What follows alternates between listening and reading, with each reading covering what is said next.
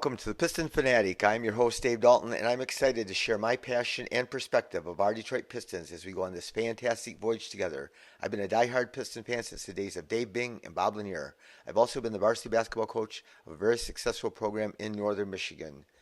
Well, Piston fans, I was pumped tonight. I know big loss. In the end, the final score looked like a blowout, but we got to see a vision. We got to see a vision of the future.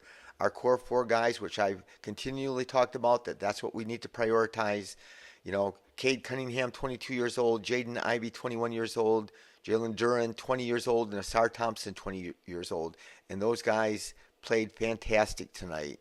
And I know it's hard when you lost 13 games in a row and your record is 2-14, but you just got to see the vision. I've been a fan, again, a long time, and I've seen teams that we've had, and there's no hope for the future. You know, that we have no young talent. We have no people that show potential like these four guys do. And again, we still have some other guys, Stewart and Livers played okay tonight.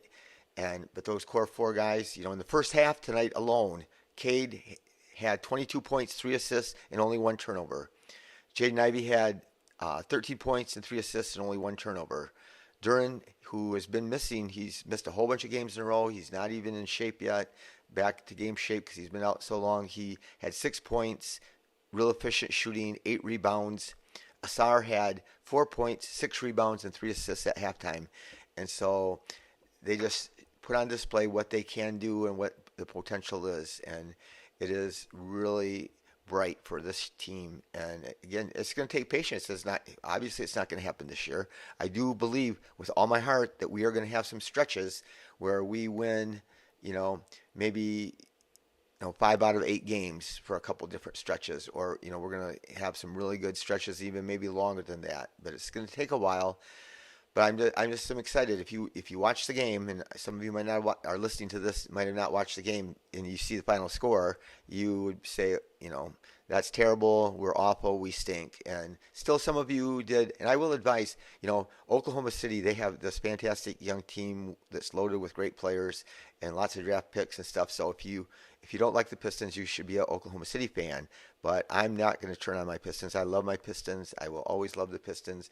And I do see the future, and I'm just not saying that because I am a diehard Piston fan. But I'm saying that because I see the real potential of this team. We've never got to see Cade and Ivey hardly play together. Last year, 12 games, Ivey's rookie year, and Cade gets hurt after 12 games. Tonight, 56 points. It's the first time that both of them, they've only played 23 times together. And again, this year, Ivey did not play with Cade most of the time because Ivey didn't play with the starters. But they, out of 23 times, first time they both scored over 20, and Cade, they scored 56 points combined, and that was just amazing. And the whole core four was awesome for the first 3 quarters. So, in the second quarter, we really lost it in our bench, and our bench has been pretty good a lot of the year, but our bench gave up an 11-0 run, and so that. We were doing great, and then we subbed out, and then the bench came in and struggled, and then subbed back the starters back in, and by halftime we were up by 1. So anyway, it was a really great game for seeing what the potential was, and we're going to talk about each individual player as we go. But my biggest disappointment of this season is not the record, and it is disappointing. It is really disappointing. I thought for sure we would do better. Again, injuries have played a big factor. But we haven't seen the core 4 play. They haven't played together. We haven't hardly seen them any minutes where those 4 guys have played together. And so this was tremendous tonight to finally get to see those guys that I've been dying to watch play together all season. And they, like I said, they looked fantastic. And we need to be able to evaluate things. This was a season of development and evaluation. And we need to see that, and we haven't been able to evaluate Monty Morris. We don't know, do we want to re-sign him or not re-sign him? Will he make a big difference on our team, or do we need to look for something else? His contract's up at the end of this year. So, but we won't know. He won't play until January, sometime. Who knows? It could be earlier in January, or it could be later in January. We haven't got to see Bogey play with this group, and he has another year after this year left on his contract, or I thought, at the beginning of the season, Bogey would be playing and starting, and then we would see how good our team did. And if we were off to a hot start and he was contributing and fit real well, that we wouldn't worry about trading him so much. And or if we were struggling a little bit, like we are right now, that maybe we'd want to trade. But now we haven't got to see that. Plus, what are teams going to do that possibly would want to trade for those two guys if they're not healthy? And Bogey's a little bit older, but he should be back soon because he's practicing with the team. So um, the return of Duren, as I've been talking about that, is just he's hugely missed. He's been missed so much, and again, he got injured. He got off to a fantastic start, gets injured, tries to come back right too soon, goes back and sits out again. I think tried to come back again too soon, and then he sat out for quite a long time now. But our winning percentage is like 20% worse when he's not playing. Our defensive rating with Duren on the floor before tonight was 109, and that means we give up 109 points per 100 possessions. Without Duren on the floor, we give up 116 points. So we're 9 points worse. We're 7 points worse, per 100 possessions, and that's the difference in most of the games. How many close games have we lost this year? So it was great to see him back, and he comes back 13 points, 13 rebounds, and 4 assists, and played 29 minutes. That is incredible. Like I said, 19%. We win 19% more of our games when he plays. So Monty even praised Ivey's defense, so that was cool tonight, and Cade's. But he said we struggled with the double team that they slapped on Cade. They picked him up full court. They had Bruce Brown guarding him, and Bruce Brown's good. So here's another thing I'm going to tell you. People don't want youth to be an excuse. They don't want injuries to be an excuse. But they come out there, and Indiana is one of the hot teams in the league. Everybody, they're the highest scoring team in the league. Everybody's all on them. All national media, all is pumped up about the Indiana Pacers. But they have Bruce Brown, and Bruce Brown played on the championship team with Denver. He's a veteran. He was with the Pistons a long time ago, but he is a solid, good player. They stick him on Cade Cunningham, and he, tries to deny him, and is real physical with Cade, and it's tough. And then they have Miles Turner, who's one of the best shot blockers in the last 10 years in the NBA, and he's a presence, and he's a veteran. He's been around a long time, and Buddy Hield is made more threes in the last 5 years or whatever than any player, including Steph Curry. And he has some more tricks in his bag that he looked good. But they got these veteran guys, and they're playing against our, like I said, 22, 21, 20, and 20. And then we got other guys that are young like that, too, that are playing. So our offense has been bad, and it's, one of the worst offenses in the league. Our offense is we're the 5th worst offense in the league.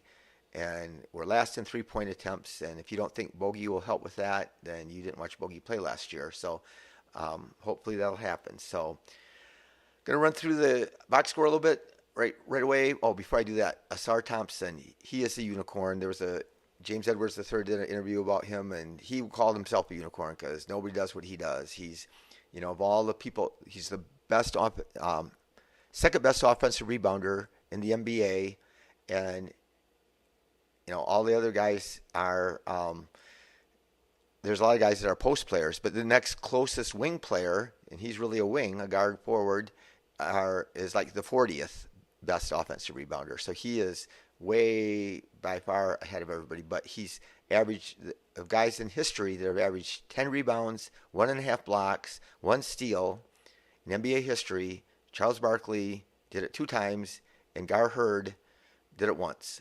And then, but of course, it remains to be seen if Asur can do it for the whole year.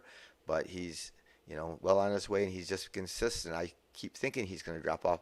By the way, Gar Heard made this impossible shot. It was like in triple overtime. He played for the Phoenix Suns. A turnaround jumper. It was one of the iconic shots in NBA history. For any of you old NBA fans that remember Gar Heard's shot, heard round the world. But so tonight, Bagley, 14 minutes. 3 of 6, 6 rebounds, 3 blocks, and 6 points. And that's a stat line. No matter what anybody says, and I can see, his plus minus is not usually good. He's not great. His defense has gone better. He had 3 blocks, but he is a good backup point guard, backup center in the NBA, that he can score at that efficient clip. And he only plays 14 minutes, so I guess that's all Monty trusts him to play.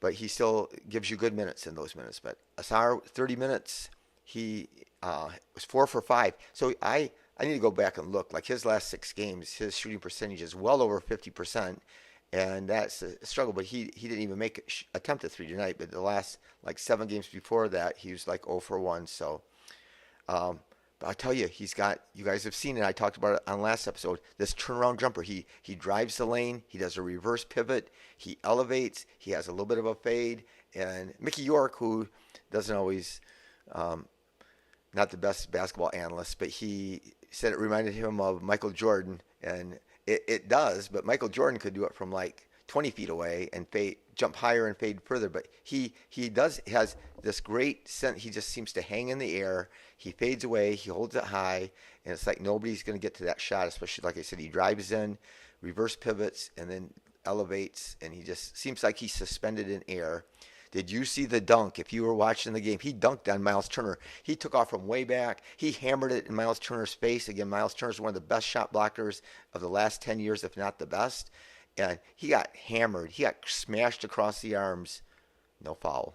So what do you do? But he still made it, and it was really cool. So Bagley, Asar, again, he had a great stat line. A lot of his damage was done in the first half. I guess he didn't get a rebound in the second half because he ended up with 4 for 5 shooting, 6 rebounds, 3 assists. And I think those were all in the first half and 8 points. So I don't know if he played a lot less in the second half, but he had a fantastic first half.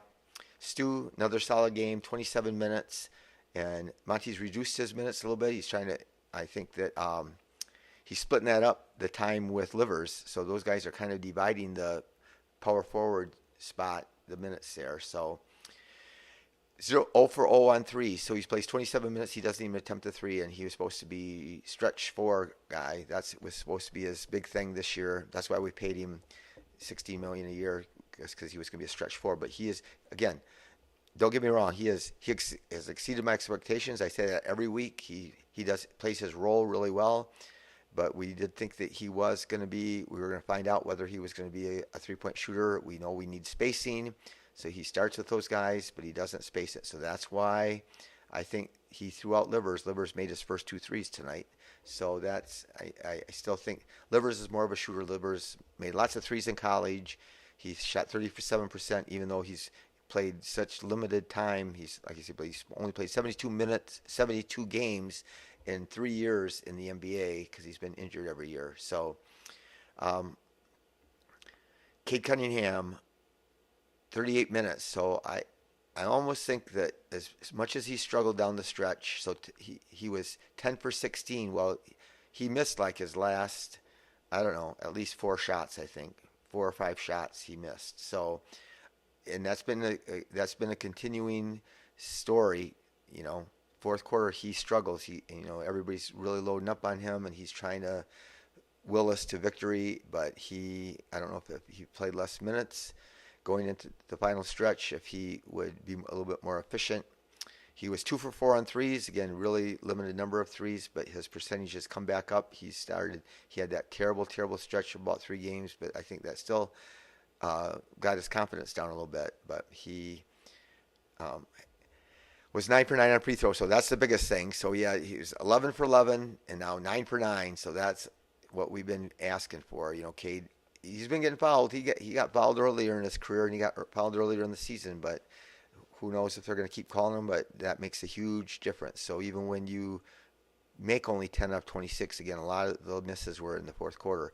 But if you're making 9 out of 9 free throws and you're scoring 31 points on 26 shots, that's still pretty good. And he had 3 rebounds and 5 assists, but 4 turnovers and 3 in the second half. And so that's same thing happened with Ivey. They did really great in the first half. Ivey, 32 minutes. So he's playing way more minutes than he played. He was only averaging 20 minutes a game, and here he plays 38 minutes. And I don't even care. Whatever you want to say about Monty. So many of you guys, so many of my valued listeners are wanted Ivy to play, wanted Ivy to start, wanted to play with Cade, and that guy takes the ball to the rim. Was in the 96th percentile on finishing by the rim in the NBA, and he increased his percentage tonight. He was 9 for 15, but he was only 1 for 5 on three. So he's like the smallest guy on the court a lot of times. I know they say he's 6'5" or he's 6'4", they say, but he looks smaller than that. But he is so fast, and he can make things happen. And he drew a bunch of fouls tonight, and he can make those passes when the defense collapses on it's on him. When we need to get him the ball more. I said the last two games we need to get him the ball more down the stretch. We need to design plays and say we're gonna run this play and this dead ball when we've gone through a stretch where we're not scoring, and take it off Cade, and then maybe Ivy could drive and kick it to Cade and create something that way. So, but Ivy was 6 for 9 from the free throw line. He needs to be a little bit better there. He's a better shooter than that. 2 rebounds, 3 assists. So that's not bad. But he had 3 turnovers, 25 points. Livers, 25 minutes. Like I said, him and Stu kind of split that time at the power forward. 3 for 5 overall. He had a good dunk, and 2 for 4 on threes. 2 rebounds, which isn't a lot for playing. He doesn't give us as much rebounding as what Stu does in the same number of minutes, but he is a little bit quicker. I say this again, I agree with what everybody says about how smart he is on defense. I'm not out on the court, so I can't hear him communicate, but he still can get beat because he is not a fast twitch athlete. But he is a good guy to have on your team, and we need that, and it's good to have that depth and that option to put him in. During 29 minutes, he didn't start, but he was 5 for 10 from the floor, 0 for 1 on threes. It was because he had to, because he had the ball. The ball came to him at the end of the shot clock or the end of the quarter. He had 13 rebounds. That's a man's day of work, for playing 29 minutes. 4 assists, which is phenomenal. He did make 1 bad turnover. He had 2 turnovers overall, but he had Stu down low open, and he didn't get him to the ball. We had Nemhard was on Cade a lot of the fourth quarter, and I don't know why we didn't go to him. I don't know why we didn't post him up. Cade tried to shoot a little jump hook over him once, but he didn't make it. But Killian played 16 minutes. He was 3 for 6. He had at least 1 breakaway dunk, and he made 1 tough shot at the end of the shot clock, and he had 1 rebound, 3 assists, 6 points in 16 minutes, like I said. So both teams shot 48% from the floor, but the difference in the game was on threes, it was a big difference. So we made 7 out of 18 threes, 39%, and they shot 40-some%. They were 16 for 38. So that means they made 9 more threes, which is 27 more points off 3-point baskets. So that was a big difference in the game. We were 20 for 24 on free throws, and they were 22 for 24 on free throws. So they shot a little bit better percentage, but we didn't get completely outshot like we had sometimes. But 43 rebounds for Detroit and 40 for Indiana. But unfortunately, we were kind of dominated the boards. And then in the fourth quarter, when everything went wrong, all of a sudden they were getting lots of second chance points. So that's like the damn burst there in the fourth quarter. But we had 10 blocks, good number of blocks. They had 8. So, but yeah, that was a high number of blocks for a team. And again, the 14 turnovers isn't bad. So my goal always is if we can get under 16, but it was just tough because 6 in the fourth quarter, that just killed us. So got to see Tyrese Halliburton again. I desperately wanted him in the 2020 draft. I was dying when it was our pick and he was available. I didn't think he would be, but he is.